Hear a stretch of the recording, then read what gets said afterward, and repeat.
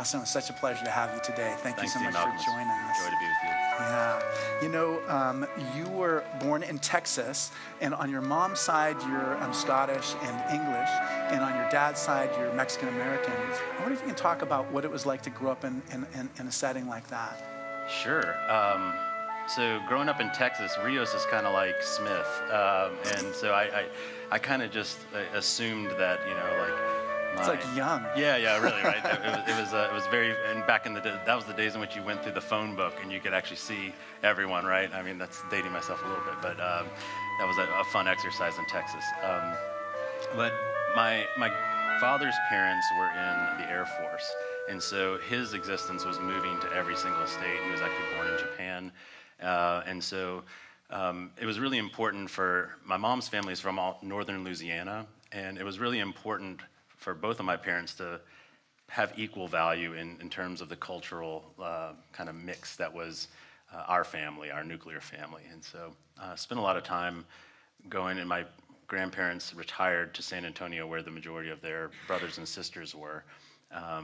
And I would say one of the things that was interesting about that I spent years processing later on is my grandparents were really heavy, on my father's side, were really heavy assimilationists. Oh, yeah. So they wanted only English only in the household, and so my father or his brothers didn't really speak Spanish, but they understood pretty well because the larger family was always Spanglish.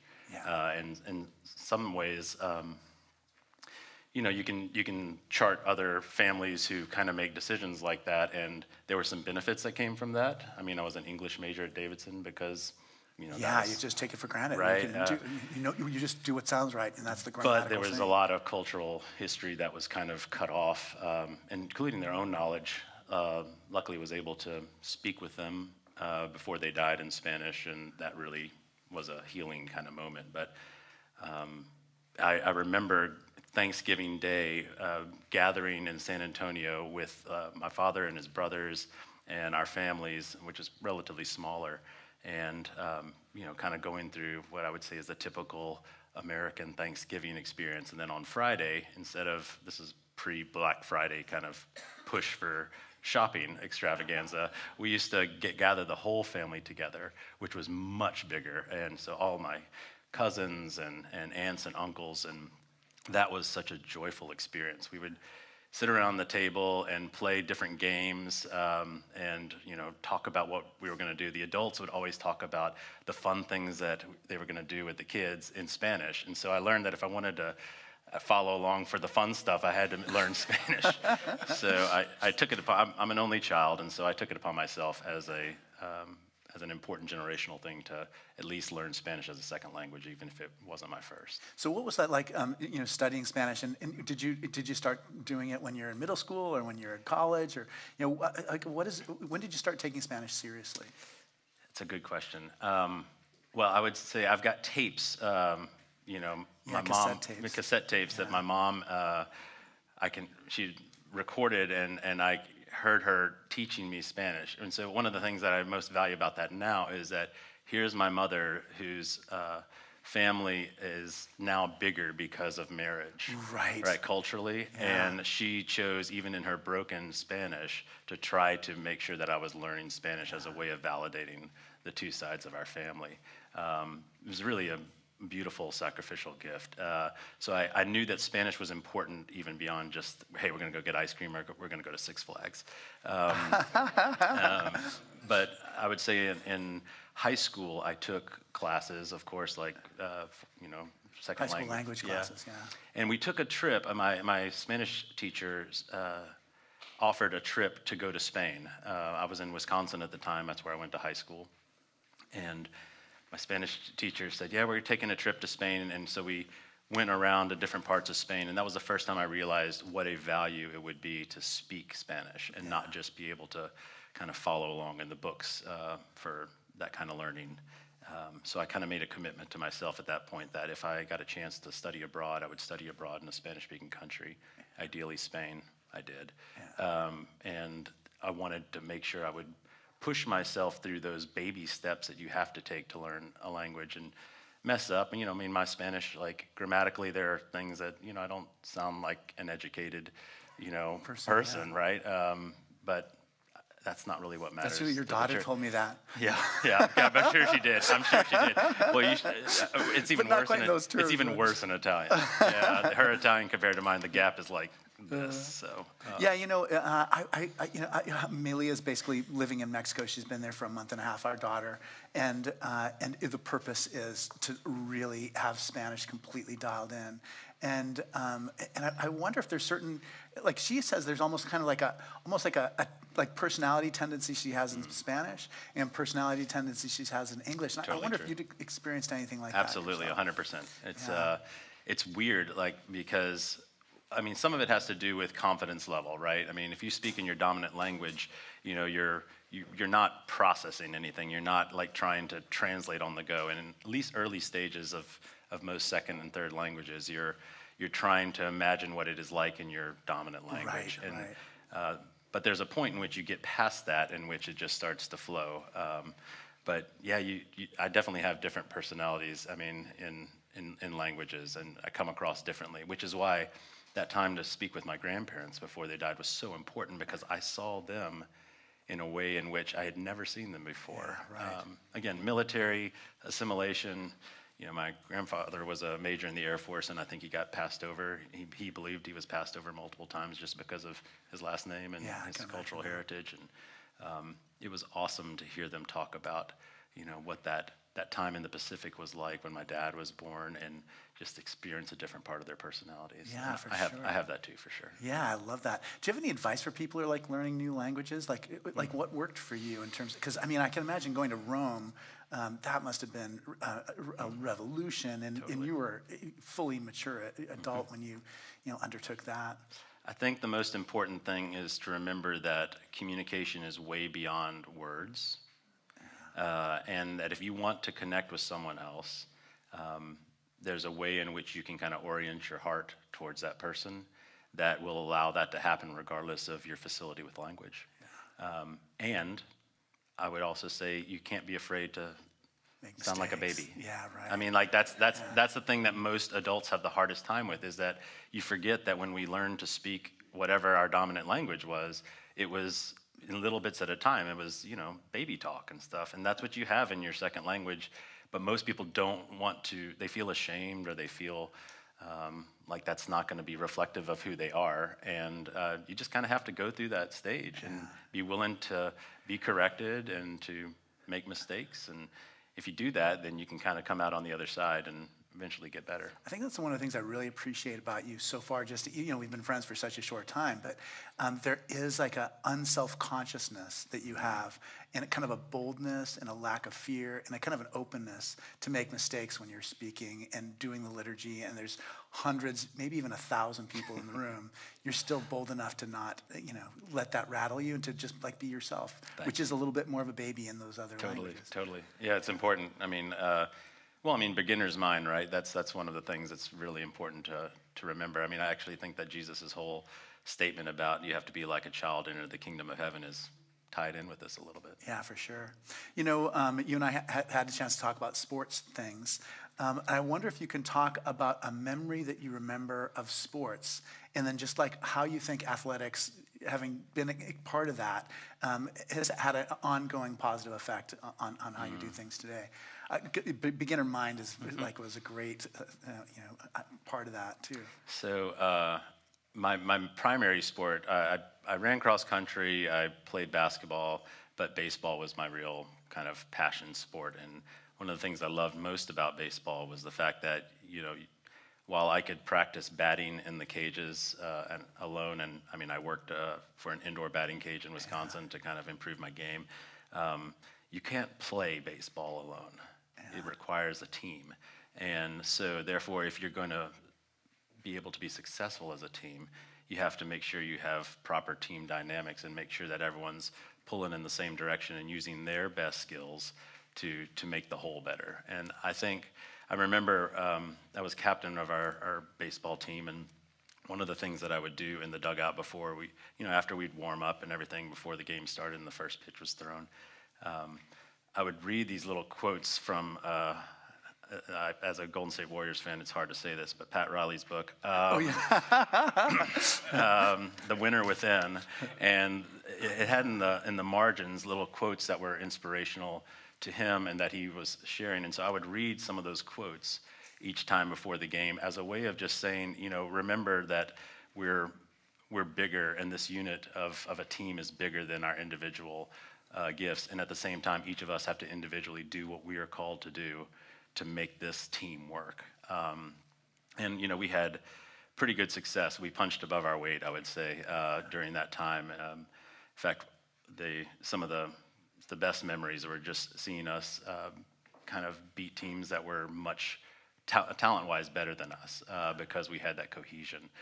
In fact, the greatest joy this year is that the shortstop from that team and I, we practiced all the time. I mean, after practice, we would stay there and just turn to over and over again. And we broke a conference record for most double plays in a season and everything. But he is now the coach of that high school team, and for the first time, we won state. Wow. And I can't even tell you the joy that I felt, right?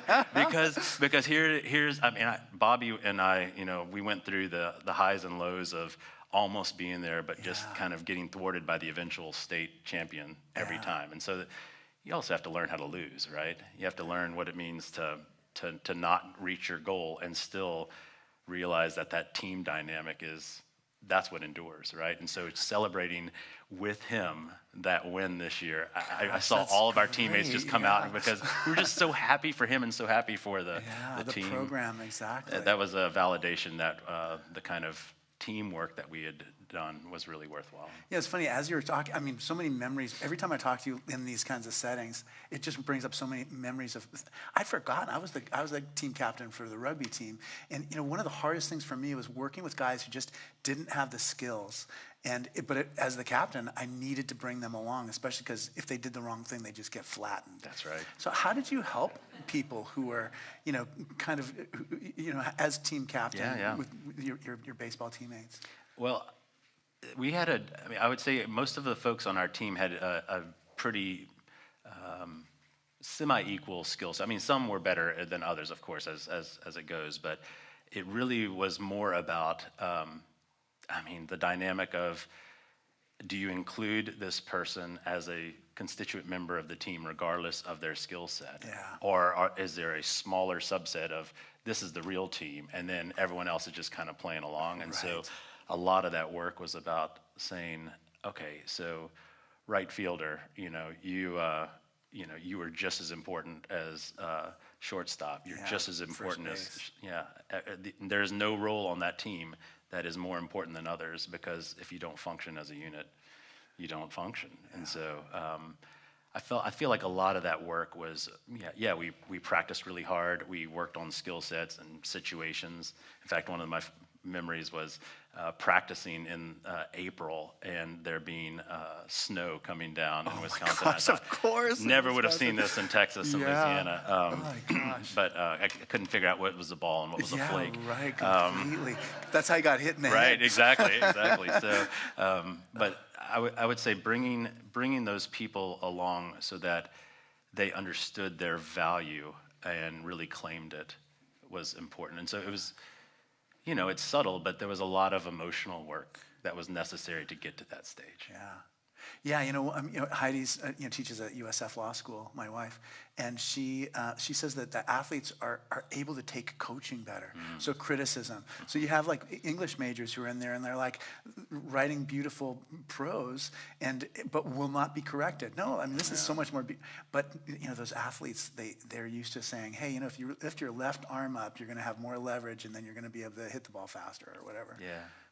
All of us want to put our best best foot forward, and no one likes to be embarrassed. That's one of the things that's really, blame and shame are hard for humans to deal with. For sure. However, if you can get to the point in which you are part of an ensemble, I've experienced this in theater as well, right? Where if you let go of that stuff so that the larger work can shine through, then that's where the joy of life is. it forges connections with other people. You realize that, you can make mistakes and still be loved and accepted. Yeah. I mean, there were times in which someone dropped the ball, or like, someone struck out or something like that.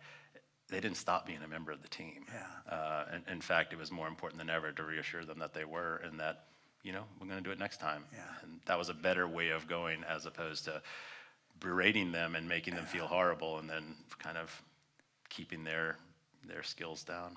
Yeah, I thought of when you were installed on May 4th, and your choir director came, and we did that music that was so beautiful.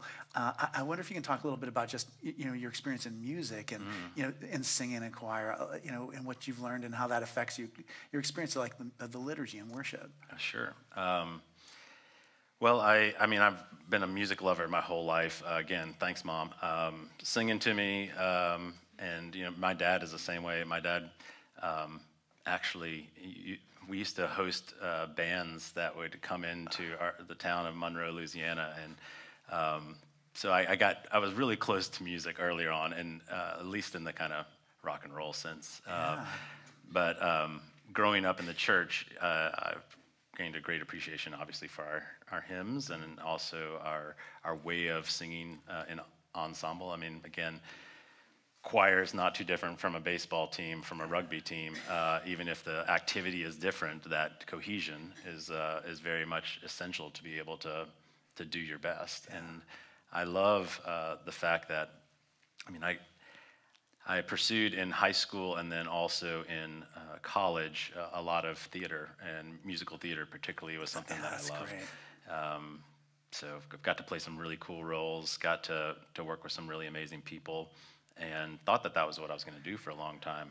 Either that or, I mean, I moved to Austin, Texas to establish a year of residency, I thought, to go to law school, but it ended up being seminary. Yeah. But during that year, I played music on 6th Street, made some money, cool. Worked a courier job just to kind of pay the other bills. Yeah. And that's great. So you like were a busker, you played the guitar. Yeah, totally. Oh man, that's been my life dream. It was fun. Yeah. I started it when I studied abroad in San Sebastian in Spain. I took my guitar that my uncles had given me not too long before that, and I just took it to play, and it was a lot of fun.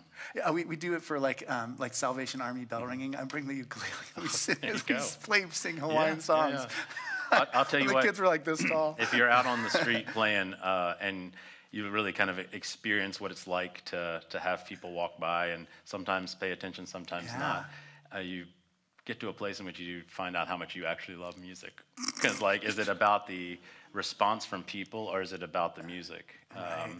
And that was an important learning for me. But it's funny because, of course, in seminary, we had liturgy classes, and particularly chanting the Eucharist and things like that. And because of that training, I had some facility with that.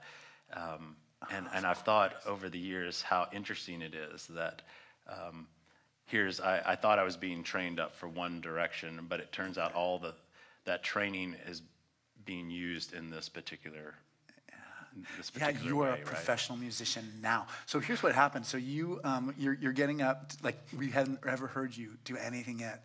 And one of the choirmen afterwards, right after the service, said, "Yeah, we were holding our breath." And then you sang, and they're like, "Oh yes." I love that. So yeah, you're kind of a professional musician now. Alan Jones was an amazing actor and did recordings of like A Christmas Carol, like professional recordings, and it was always in different plays. That's my biggest regret growing up, that I've never been. There's still time. I know. So I was thinking maybe we could get the clergy of the diocese there. I'm for it. Put together a play or something. Oh, I'm for it. I mean, we're already talking karaoke nights, so I'm up for that. I think there's a lot of joy in that. Yeah, for sure. Mm-hmm. So this week we had clergy retreat, and it was great to see everybody, and I think everybody really enjoyed getting to know you. And it was a beautiful occasion.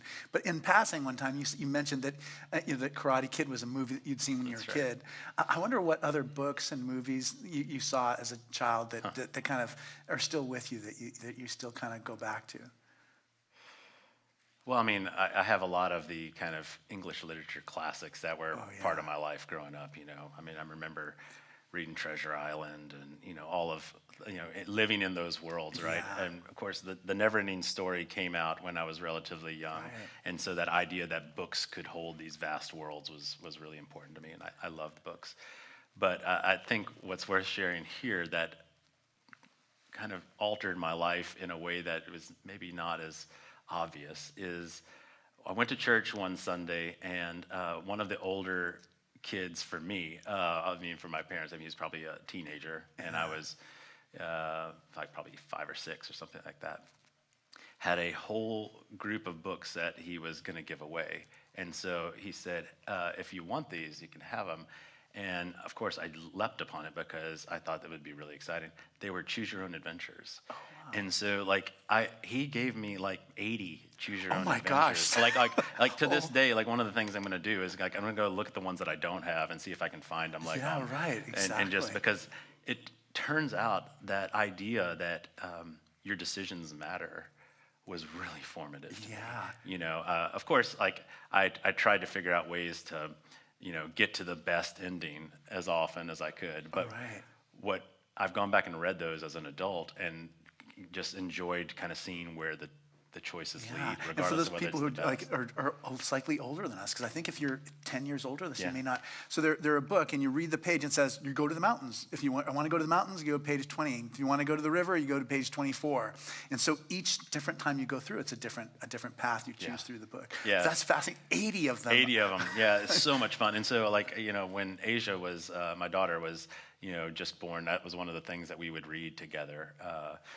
And, you know, they're a little dated in some of their language. And, of course, you know, we've grown a little bit as people to know how to refer to certain things. Right, of course. But some of the authors were really, really good at making sure that you could see that choices matter and that they would really lead you in different directions depending on how you would, you know, choose them. So true. So a few times you've mentioned church camps just in different conversations I have. I was wondering if you could just share a memory of church camp, or maybe even just talk about what church camps meant to you. Sure. So when I was in Louisiana and younger, I went to Camp Hartner, which was the camp of the Diocese of Western Louisiana. And so I went as a camper, young. I mean, I think traditional camp experience, you know, I showed up in the car, and my mom said she had to roll down the windows because I was, you know, hadn't showered or bathed during the whole week. You know, I was like, you know, 7-year-old, you know, kind of just loving being at camp. But when I was in high school in Wisconsin, we had a camp there as well that I participated in. But I would say the camp that most formed me was actually the camp in Western North Carolina, which is, I haven't heard any reports yet on how our camp is doing. Right, because of the hurricane. I just talked to my parents this morning for the first time. They're okay, which is great, but a lot of people are in deep trouble right now. But the camp, Camp Henry is the name of the camp, and it's out at Lake Logan, which is this beautiful freshwater lake fed by a mountain stream in the middle of a gorgeous valley in Western North Carolina. And so I came there as assistant director while I was in seminary. Oh. The director at the time was at the church where my parents attended, and he asked me if I would be assistant director, and I said yes. And that experience with Camp Henry changed my life because it was the beginning. I was in seminary when I was there, so it was seeing the practical things we were learning about put into play. The first summer was a particularly important summer because camp had moved from where it had always been, which was not very far from my parents' house, to this place that's gorgeous, but also kind of foreign. Yeah. And we had to figure out a way to take all of the memories that were from that first period and make sure that they informed the new life. Yeah. And so I remember one of the things that we did was they had an ark, actually an Ark of the Covenant out of wood. Oh my gosh! Yes, and so there were like documents and pictures and things like that were from the a previous setting in there, and we actually did a liturgical kind of procession around the whole property with that, and helped everyone kind of root into the new place so that it's okay to make new memories here, and it's okay to value these older memories that we have. And I was assistant director there. I was eventually a chaplain there. And one of the great joys of life is, I served for this year in Mexico as a young adult service corps missionary. And several of the counselors who were part of that camp world went on to actually serve as young adult service corps people around the globe. And many have chosen careers in the church, later ordained. And it's a beautiful thing to see how that love, that unconditional love, and that sense of community has actually helped spread out to those who maybe don't have those things. Yeah, it's cool to think of this fellowship of people who shared that experience and created those rituals and honored the past rituals, and how that life continues on. We have a fantasy football league too that we play. Great. I love it. Yeah, which is still kind of fun to. Yeah, it's good to have that one connection. That's right, to connect with people. That's great. So, so you're busking on the streets in Austin, which I love that picture. Super fun. So then you go to seminary. What was your favorite class in seminary? What, who did you meet there? What was it like? Well, I was very fortunate that our class had a high percentage of, at the time, younger folks who were in the process. That's a really good point. And the class before and the class after did not have as many younger folks. Yeah. And so there was a natural affinity for those of us who were going to do this as our first career as opposed to second or third. We developed some really strong bonds. And I would say without my clergy cohort, we call ourselves Team Seminary because we were formed there, but we talk every day by WhatsApp, and we talk every Thursday for 30 minutes, and then we get together once a year for a retreat. And they were all here on May 4th, in support, but without them, and we served in different parts of the church, different contexts, but we've shared that life and been able to be really honest about each other. And I mean, that was the greatest gift that came out of seminary, is just the friendships there. Yeah, the lasting friendships. I really loved our Bible classes because we had 3 different teachers who kind of focused on the text. We had a kind of Cynthia's there, right? Yeah, Cynthia was. Because I've known her for 30 years. Yeah, so Cynthia was originally my New Testament teacher, and then eventually my advisor, and now just retired as the dean. Yeah, she's one of my favorite people in the church. Yeah. She's just such a great mind. So those classes were great. We had a curriculum that was different than any other class, which was called Symposium, and one of the nice things is that it didn't last, but it worked really well for us, there was a topic for each year that we would approach through all of our classes. So like a grand topic. Like missionary work, yeah, exactly. Like the Trinity. And so we would view that through church history. We would view that through Bible. We'd view that through liturgy or pastoral care. And that was really a joy. Yeah, oh, that's cool. And then were there particular theologians or ethicists or biblical scholars that you particularly, gravitate toward? Yeah, we had a whole, kind of the survey in our theology class, but I really liked a theologian called Hans Urs von Balthasar. Oh, yeah, of course. Because he had this whole series on kind of reading the passion and also Jesus' life through a thing called theodrama. Yeah, exactly. And so that matched up really well with my theater leanings at the time. And in fact, one of the things that I'd like to do in my later years is a more fulsome study of his theology, along with a couple of other folks who are outside the Christian tradition, but who are interested in, Mikhail Bakhtin and Augusto Boal. I did some theater training in Montreal with Augusto Boal's method of forum theater, which I actually think could maybe be a way in which we do sermons that are generated from people as opposed to just generated from us. That's a kind of long-term goal that I have. I would love to see that come out. And Mikhail Bakhtin's idea of the novel or the epic, and seeing how Jesus' story is really about undercutting the epic story and looking in the novel story. I wanted to kind of weave those 3 together into some kind of a dissertation, but Yeah, life got well, in it the way. still might be. It's still a possibility. Donald Shell, who preached here during the summer, who, is a friend of ours. He does that. So he'll teach everyone how to. So okay, so you're the woman at the well, and you're Jesus in this, and you're the townspeople, and how do you think you'd feel? And so as a like a liturgical practice, so Yeah. in the middle of a church service. Yeah. It doesn't work in a cathedral, but it's great in a small church. Right. Yeah. Yeah, I saw that. I saw that at play in Montreal, which was fascinating because the idea is that you generate a problem that's larger than just your personal one. That's something that's a societal problem, and you figure out a way to work on it as a group. And so you create a skit and you sit up on stage and you try to act it out. And then when you kind of run into a solution that feels like it's a magical solution, like that wouldn't work in real life. There's a person who kind of mediates between the two, both the stage world and the spectator world, to try to make sure that instead of spectators, you encourage people to be spect-actors. So if, for instance, if like Valerie, you said, well, I don't know if that would really work like that, I would say, well, we'd come on up and try it out. And so then you would come up and then you would replace the actor there and try out your solution, and then it would develop this amazing organic kind of way of presentation. And sometimes the images that were presented, like for instance, I remember to this day, we were talking about healthcare, and particularly about immigrants trying to get healthcare in the Canadian system because it was in Montreal.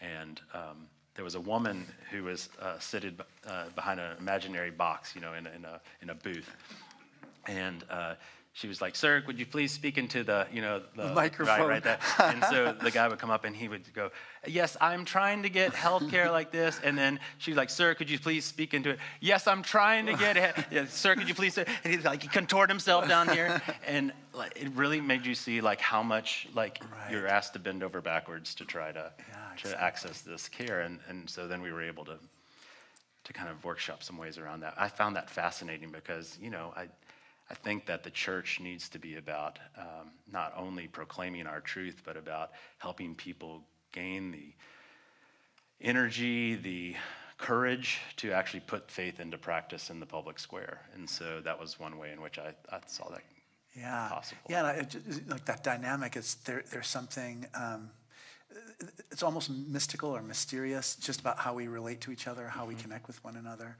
that you can study through drama. Yeah, that's neat. So you moved to North Carolina, and you're the canon for like Spanish language ministries, and then you were also like the rector of a Spanish-speaking church. Was that the first church that you were a rector of? Yes. Yeah. So how was that? Like, yeah, I mean, it's just hard to learn how to be a rector in the church that's exactly like every other church in the diocese, but being in a more unique church, it must have been even more of a challenge. Yeah, it was. I mean, I've got a really good buddy, again, part of this Camp Henry crew, who was also a young adult service corps member who has just started being a rector. And all these years, we've worked together in different contexts, and he's observed, he's like, I think being a rector is hard. And then he's like been in it for a month now. He's like, being a rector is hard. It's like, yep. I think the big change, I was a curate for 2.5 years at a really nice church in North Asheville, Grace Episcopal Church. Lovely community formed in that environment. So thankful for Gary Coffey, who was the rector at the time. He was so kind to me and a really good mentor. But I remember starting as rector, and I think the challenge is that you just feel like there's, it's so much is on you. Yeah. And I think that the growth for me during that time, because I still had this diocesan role, which was about connecting different churches and people in churches to make sure that our larger capacity was expanded. But I still had this very localized ministry of how to make sure that this particular congregation is thriving. I think the challenge was figuring out that you just can't do it by yourself. If you try to go it alone, you're going to fail. And so I had to rely and trust in the vestry. I had to rely and trust in different diocesan people who were willing to lend a hand to try to make this happen. And part times, like, you have to be willing to be disappointed, and if things don't work out and people aren't able to take care of That's what the they tough thing in that setting. You can either do it all yourself and it's perfect, or you involve other people and it's not perfect anymore. That's right. But other people believe in it, Yeah, it's God's perfect, but not Austin's perfect. Right. Exactly. That's totally right. Yeah. So, but that's true. Like you get but the gift of that is that, I mean, we couldn't have done it by ourselves anyway. Yeah. I mean, that's the whole mystery and beauty of church, is that it's not about any one of us individually succeeding. It's about all of us going to where God's calling us. Yeah, definitely. One of the things I wonder about is maybe you can talk a little bit about those, those people you were serving, both as the canon Sure. in the diocese and in your own church. Just, what was life like for those Spanish-speaking people who are, in your world? Yeah.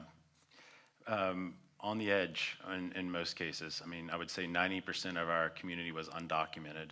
A good portion, farm workers or service workers. Yeah. And early on, it was very clear to me that the church was placed in a county that was particularly antagonistic towards folks who went to our church.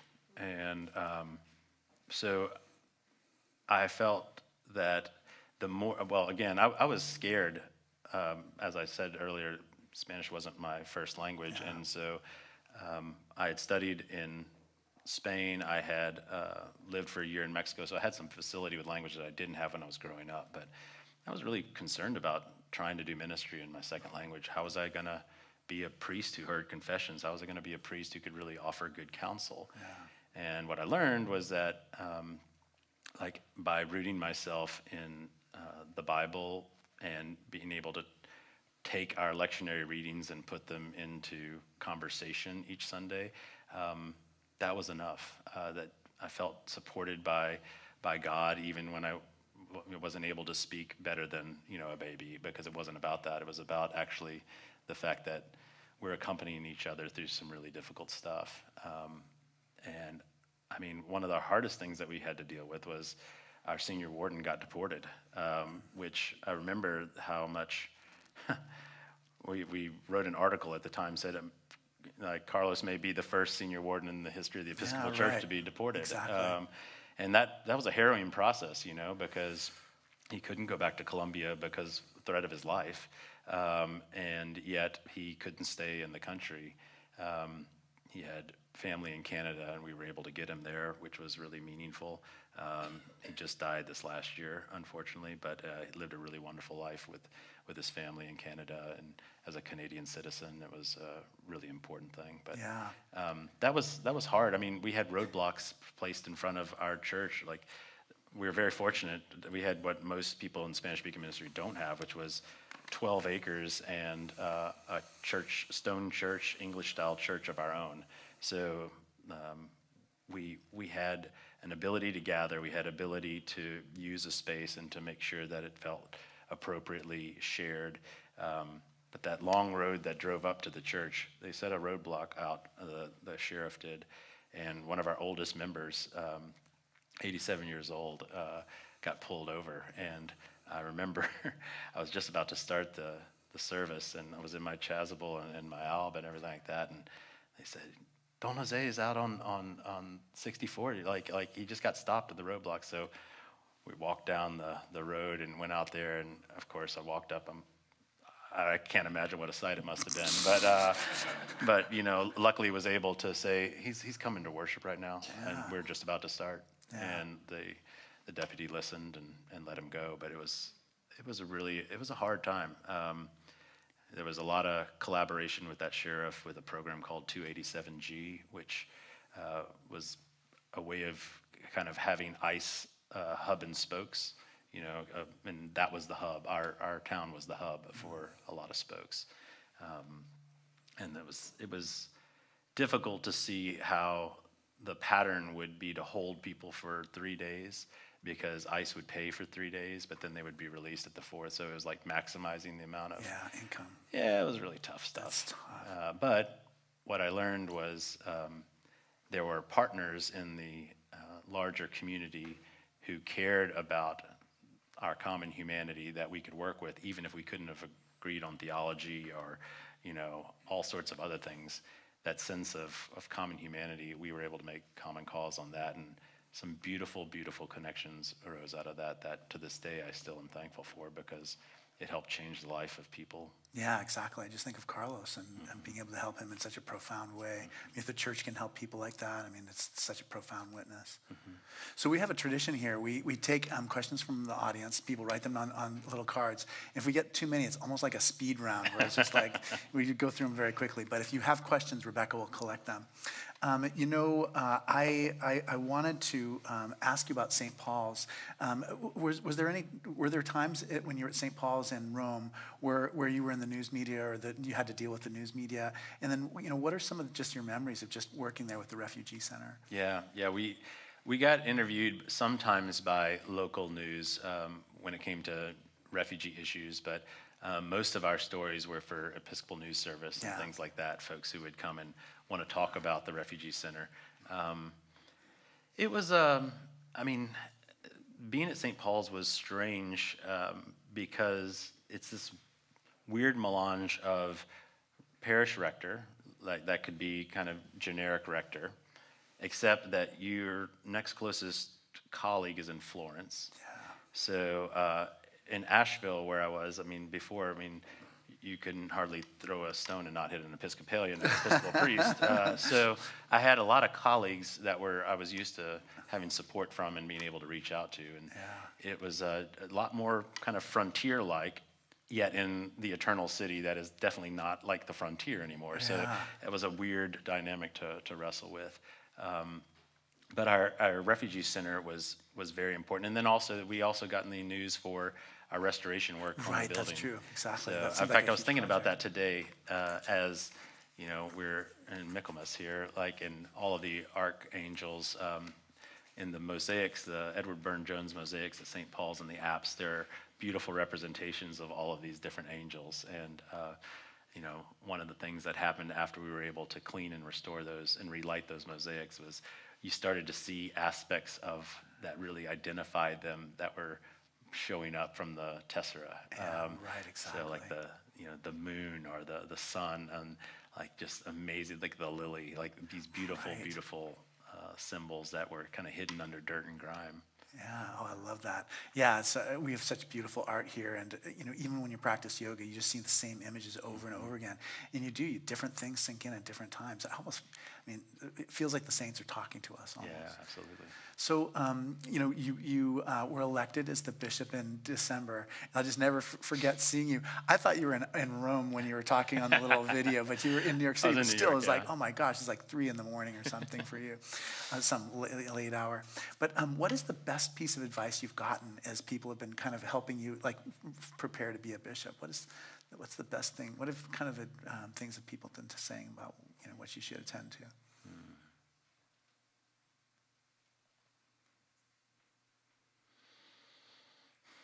A lot of good advice. I think the most important is to love your people. Mm-hmm. Be curious about them and care about their lives, as opposed to thinking that you can do this without them. Yeah. So I've really tried to invest pretty heavily on relational work. You know better than anyone. We've got a lot of committee work. We've got a lot of board work. We've got a lot of other things that we have to attend to in this role. But there's an aspect of the relational side of church that if we don't get that part right, we are not going to be able to actually achieve the really big goals that I think Christ is calling us to. So I feel like I've listened to that, and I've tried to put in as much as possible on that front. It's taxing sometimes, it's to try to make sure that everyone is treated as equally as possible and seen as the unique, special child of God that they are. But I think it's worth it. It's worth the time and the investment, because it turns out that's the way you actually move together as as a team. Yeah, yeah. Up at the Bishop's Ranch, you gave, mostly what happened is that you were listening. So people would talk, and you'd give a very short response, talk, a little short response. But at the very end of our meeting together, you talked about your values. And that's the reason why I brought my notebook, because I wrote down what the values were. Cool. But just in case you'd forgotten what your values were. Well, you know what I mean? I got them on my phone, luckily. Okay, good. Well, when you make a presentation, and there's a presentation for Thursday, like by Sunday, I've moved on. Don't ask me about last week's sermon. Right. But I wonder if you can talk a little bit about those values, because I thought that was good, because my handwriting is really small. But authenticity was one of them. Sabbath was another one of them. But yeah, those were helpful, I think, to everybody. Okay, so here they are. Some of my values that are important to share.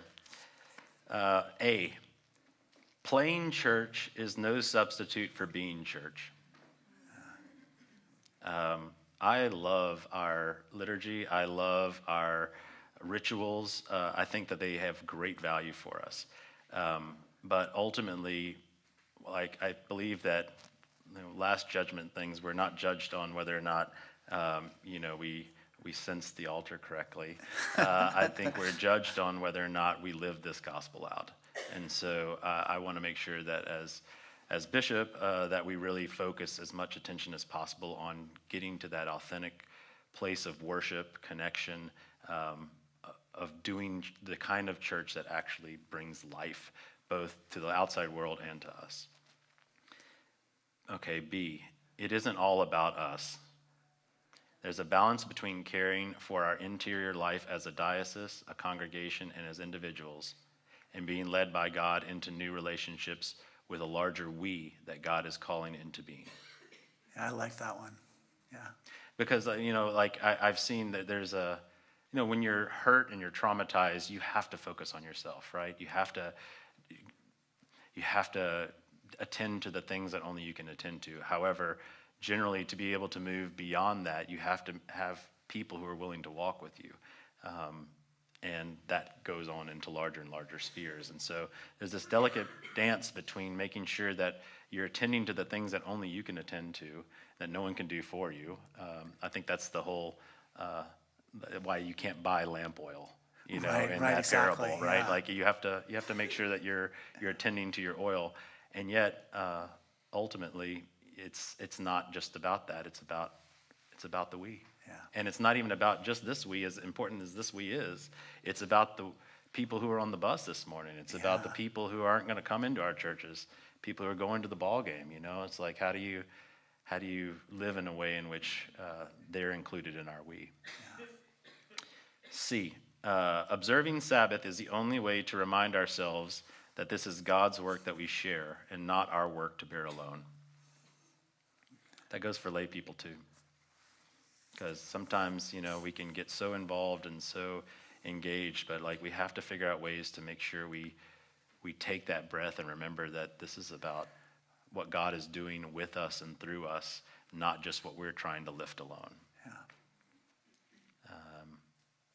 D, looking for who is not included or welcomed is the surest way of connecting with Christ, even if it is not the path of least resistance. This is where sports paid off as well, right? Because, I said this at the retreat, all of us remember, schoolyard picking teams, right? And in some ways, as many gray hairs or as no hairs that we have, we still sometimes are those kids on the playground with each other, and we have to figure out ways to treat each other and include each other to make sure that childlike self can be brought into maturity. And so I think that part of the great grace of church work is that we profess that is important to us, and so we have an ability to walk into it in a way that others who may not, we have a chance to do that for ourselves. And so I just think that's really important to be always on the lookout for who's not included or welcomed, especially when we're intentionally trying to. Yeah. Last one is connecting is more valuable over the long haul than combating. We have things that we're really passionate about. We have things that really matter and points of view that we want so badly to share because we want to see the world change along those lines. And yet, to reach that place, we can only do it if we are not fighting one another. We can stand firm in our beliefs and be able to express what we believe. But ultimately, if we're going to change anything, it's about connecting with one another across lines of difference. Yeah, you could have heard a pin drop when you said that. I mean, it was very effective among the clergy, and especially as the culmination of our time together. Mm-hmm. So I have a few questions from our audience. Fun. Evangelism carries some negative baggage. What do you hope we can do to bring the good news to the Bay Area and the world? Great question. That's a great question. Yeah, evangelism does. So yeah, when I signed up to be a Young Adult Service Corps missionary, there's a lot of baggage that comes with the word missionary, right? A lot of bad things done in Christ's name to lots of people around the world. And there have been a lot of amazing things that have happened through faithful missionaries. And so I've always been in the mindset that we need to redeem words rather than toss them out. I refuse to cede the word evangelism to those who express a form of it that I find extremely distasteful and unhelpful. So I think the way that we do it as Episcopalians most comfortably is through personal interaction. It means connecting with friends and trying to just be our authentic selves around them and not being afraid to share with them why we are the way we are. I've experienced multiple times in which I'm in a non-church setting with someone. They're like, "You're like this. Like, what is it that makes you this way?" And I was like, "Glad you asked." I mean, there's ways to have those conversations when you're invited, as opposed to proselytizing on the street that the world's going to end and everyone's going to hell unless you say this, these particular words in this particular order. I mean, I don't really find that kind of religion very helpful. I think part of what we're seeing in terms of our kind of countrywide shifts when it comes to religious affiliation is that there's a lot of people who don't find that very helpful. But there's a really amazing, beautiful space that the practice of true religion can open up. And that's across denominations, that's across even faith traditions. If we show up and try to live what it means to be a faithful Episcopalian to the deepest of our ability, that turns out that it's the most connective to others who are trying to be the best Buddhists that they can be, who are trying to be, the best Roman Catholics they can be. There's a wide place that I believe the Holy Spirit gathers us if we will attend to that work. And so I would say, do not be afraid of sharing your faith with other people. Do it in ways that are authentic to who you are. If you're a talker, talk. If you're a meal maker, make the meal. If you're a gatherer, gather. I mean, each of us have been given gifts by God to be able to do this work, and it's just discovering those in community and then expressing them as much as you can where the real joy of church is found. Yeah, that's really true. You've been doing these strategic plan listening sessions. How many have you done so far? And, what are you getting from them? I mean, it must be hard to synthesize all. I mean, we're talking about 15 hours of meetings, right? Yeah, so we've done, I think 5 now. We've got our Zoom meeting on Thursday. So we'll see. I think that's our last of this particular stage. But then we're going to keep listening throughout these next 13 months as we seek to formulate our strategic vision together. And it's been fascinating because, again, I've come into the system as a relative newcomer. There's things I know about it from the outside that may or may not be true based on people's actual experience. And so getting to hear people express that has been really, really wonderful. There's a fair share of people's sense of hurt and disconnection, and there's a fair share of consolations of we really, really love this thing and we don't want to lose that. And so I think as we move into crafting a vision that feels authentic to all of us and in which we can all kind of claim and move forward with, it's about holding those two things in tension and celebrating the gifts that we've received and kind of doing our best to make sure that we keep those as part of our common life, and being willing to be creative about the parts that have maybe not been so great that we want to improve on and can do so with God's help. Yeah, in response to your pastoral letter, a number of people, I think, at the cathedral came to me and said, we really appreciate that this isn't just all be happy, like the dark side's not going to be just ignored to this. And that was my experience too. I thought it was a good balance between, people sharing, hard experiences that they'd had, and then also talking about their hopes for the future. For sure. Yeah. So here's another question. Please talk about the hiring of the social justice reverend. How could those of us involved in several causes bring our concerns and requests to the community?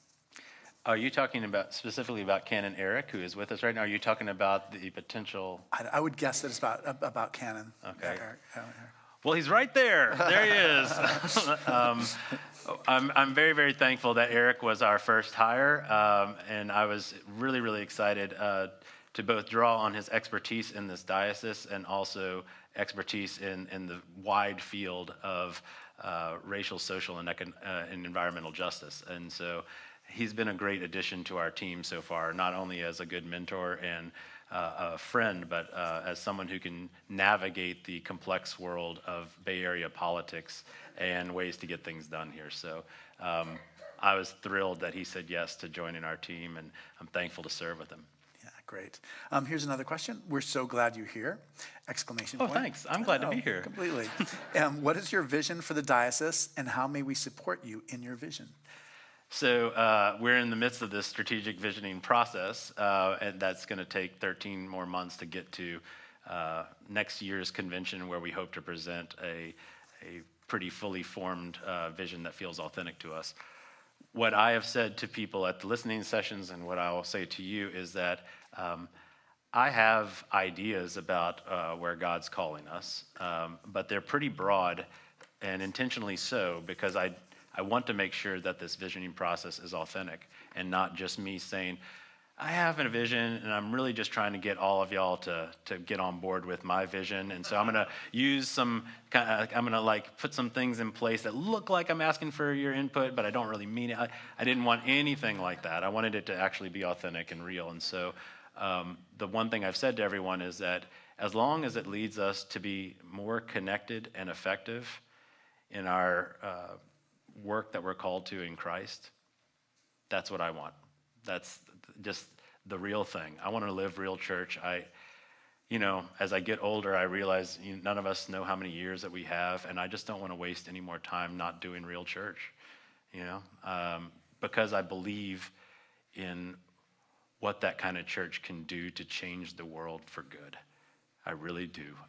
I think that there's hope in that, in a time in which we're facing so many global challenges and so many local challenges, so many personal challenges. But if we actually engage in that work together of being connected and effective, there's no limit to what the Holy Spirit can do through us. Yeah. As PB-elect Sean Rowe talks to Executive Council and the wider church about plans for restructuring, how will you take his plans into account as you begin your episcopacy with DioCal? That's a great question. I know, we got some really good, smart people here. We do. I'm curious what that working relationship will be like. I've only been in the house for a short amount of time. It's funny, Sean and I are not too different age-wise, but he's been a bishop forever, because he was the youngest bishop elected, I believe, at the time of his election, and I think he still is. So my guess is that there's going to be a lot of focus on our structures, and particularly the ways in which how much is done at the kind of para-church level and how much is done diocesan-wise and local. I don't know yet. I mean, we have I just got a message this past week that we're going to gather for a meeting in December, and I think that's going to be a time after he's invested that we'll get a chance to hear a little bit more about what his particular vision is. But I'm encouraged. I think it's, his election was overwhelming, and so I think that that bodes for a good time which we can work together to see where we're headed. Yeah, and too, you're kind of in sync too, so you're both getting a start at the same time. Mm-hmm. Do you have any questions for us at Grace Cathedral, or? Yeah, I'm curious about, and you've been here for a while now, and what are some of the most joyful things about serving in this community that I need to know? Yeah, I mean, we have this elder mission. So every month we have, 40, 50 plus elders who come to Grace Cathedral, have a morning program, lunch, worship. It's just, that's an amazing, amazing ministry. Nina Pickrell doing Bayview 100 Point, that mission is deeply connected to Grace Cathedral. And we have people there every single Monday. You wouldn't even know it, that's what their practice is, but you go there and they're doing incredible work with people who need it the most. But we have tons of things. The feeding ministries that we have for making dinners for people in the Tenderloin. That group of people. I mean, I swear. First of all, you're in the chapter house and you smell this great smell, and then you go down and you're like with the most joyful people in what they're doing. Education for Ministry. I mean, they're dedicated to advancing theological knowledge, and every time I'm with them, I would just want to stay with them and just learn from them. But there's so many different things. We have 30 choristers. We thought the choir was going to die out in 2016 because people wanted to go skiing instead of staying in town. But what we found out is that having something that's really demanding and challenging for youth, that adults can understand the importance of a spiritual life and the importance of learning something that's really hard. So we have 30 boys singing in that choir. We have 12 new girls singing in the girls' choir. But I meant for everybody, but that's what I was thinking. And we're a little bit less pressed for time than we'd normally be. If either of us were preaching, I'd be like, we got to be up there now. That's right. But yeah, those are some of the things I think about. But I mean, we had our we call it Congregation Sundays, like a rally day, like back to church Sunday, end of the summer kind of thing. And we had 27 ministries, tables with 27 ministries represented. We're still open to new things too. So I'm really grateful. We had 50 children at church last Sunday at the 11 o'clock service. That's so awesome. And yeah, it feels like things are growing and developing, and we're meeting some amazing people. And even online, more people are going to watch this online than are in this room, even though it's great to have. But that online ministry is something too, which is just, thousands of people are connecting with Grace Cathedral every month online, and we're trying to figure out what that's going to mean too. Yeah, I think that's actually, again, COVID gave us a lot of things that we did not want, but it sure did give us some other gifts. And, I think the church realizing that there's a way to reach folks who are not, in our pews already was a really, really good thing. And I mean, I think about overall Grace is such a gift because, the reach is global. Yeah. And really we found that at St. Paul's too, because while we didn't have a large crew of people who were in Rome full-time, multi-generationally, we had a committed core, but it was a relatively small number. Our community was so much larger, especially once we were able to share our worship by having that live stream, and what a difference that made to feel connected to people who had been there for 3 years or for 5 years and had been placed in a different diplomatic posting and stuff. I think that Grace's reach is, amazing, and we should use that as best as we can. Yeah, and fundamentally, I was talking to Susanna Singer, who was here in the last night? 80s and 90s. Yeah, so she was on staff, and we're talking to Mary Wood this morning too about this. And there's a way in which people at Grace Cathedral deeply understand this ministry of hospitality, this humility of knowing that we're going to have hundreds of tourists every Sunday, and whether you're only going to have one interaction with them, being just an incredible host. So I don't think cathedral being part of a cathedral congregation is for everyone, but the people who understand that ministry, they're here, and they really, so those seeds that people planted, Alan Jones and Susanna Singer and Fran Tornquist planted in the 80s and 90s, they're bearing fruit today in terms of how we know how to welcome people. Boy, isn't that the church though, right? Yeah. I mean, that was abundantly clear to me at St. Paul's, is the sense that, one plants, another waters. God gives the growth, and I really believe that that's the gift of an institution if we can embrace it. Is that sense of there are generations of faithful people who have contributed to get to where we are today. Our task is to figure out how do we contribute from today's standards so that others in the future will be able to experience the joys that we have Yeah, experienced. that's what I'm so excited about. I think you're gonna know all the people in this room. You're gonna see them at Christmas and Easter and Pentecost and Michaelmas on the street around the cathedral closes. You're coming to pick up your vestments. You know, you're gonna really get to know the people in this room, and I think you're gonna really enjoy it. So I'm looking forward very much to our work together. Me too, Malcolm. Thank you so much. Yeah, sure thing. I've got a few announcements, and this is like a beautiful note of. Can you read it? You're get better because it's a beautiful note of appreciation for you. It's It's not really a question. As a bilingual education, cross-cultural education teacher of 50 years, your values are the same as the specialist, credential, and purpose.